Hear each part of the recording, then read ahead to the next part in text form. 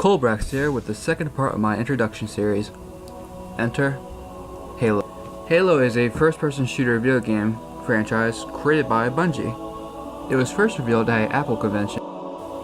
It's a huge franchise, a massive one, spanning from not only the video games, but to even movies like Forward Unto Dawn and Nightfall, to even novels. High-selling, very in-depth novels. Now, what makes Halo great and why do I like it? Well, that can boil down to a few reasons, actually. And the first one is very simple. The story and the worlds. Just nothing was better than playing the second mission in Halo Combat Evolved and thinking, oh, the last mission just seemed like a basic corridor shooter experience. But then you actually look at the grasslands upon you, and it feels more open world like. The 400 structures just decorating the lush grasslands. Beautifully orchestrated music filling the breezing air as my warthog takes through land. That's what Halo was and still is to me. Meanwhile, you're playing as this soldier, this Master Chief, who seems very stereotypical at first as a silent protagonist until you learn his backstory. He was abducted at the age of 6, beaten and tased and forced into a military life from then on, with tons of his brothers and sisters in arms, fellow captives, dying just from the training and medical procedures they're forced to endure, then just thrown out in combat as war machines and thought of as nothing else but such. By the time of Halo Combat Evolved, this soldier is now 41 years old.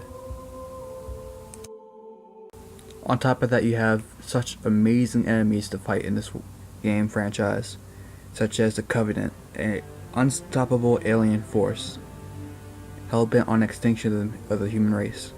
Then you have the Flood, a parasitic life form who take organic species and meld it into their own to get even smarter, more powerful, and more technologically superior. Then you have the Prometheans, made by the same beings known as the Foreigners, who made the Halo rings. All of these enemies are so fun to fight in this game. The next thing I like is the grand multiplayer of this game franchise. Now, Halo's multiplayer, out of every game I've ever played, Halo's is the only one that I feel the need to come back to after like a week or so. I've played games like CSGO, which though was competitive, still missed that spark to me. And then there was those non-competitive games. A good example of this would be a game like Alien vs Predator, where it was not competitive, you just kind of goofed off in it. But Halo was a game where it was not only highly competitive, there was also an element of casual play as well from certain game types, such as Assault to, or better yet, Griffball to Infection, stuff like that. Things like Capture the Flag and Slayer were more the competitive side.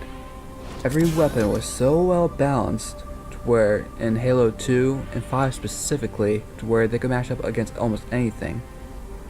The only Halo games that weren't very balanced were Reach and 4, but those were still good games in my books.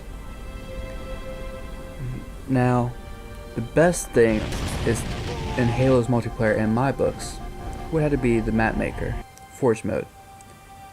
Started off in Halo 3 as just a place weapon here thing, but evolved in Halo 5 into a full-on map making dev kit almost kind of thing. If you know what a dev kit is, then you have a good idea what Halo's Forge Mode has become over the years. And that brings me to the music. The music is the last thing, and definitely not the least thing in my books on what makes Halo great. Just the ambiance, the music, the magnificence of it, the immersion that it gives you. I'm gonna just let you take about 5 seconds to just stop and listen to this great orchestra that Bungie and 343 have made over the years.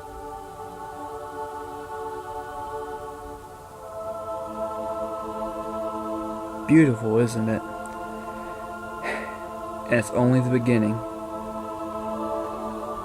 Now, unfortunately, this is nearing the end of the video.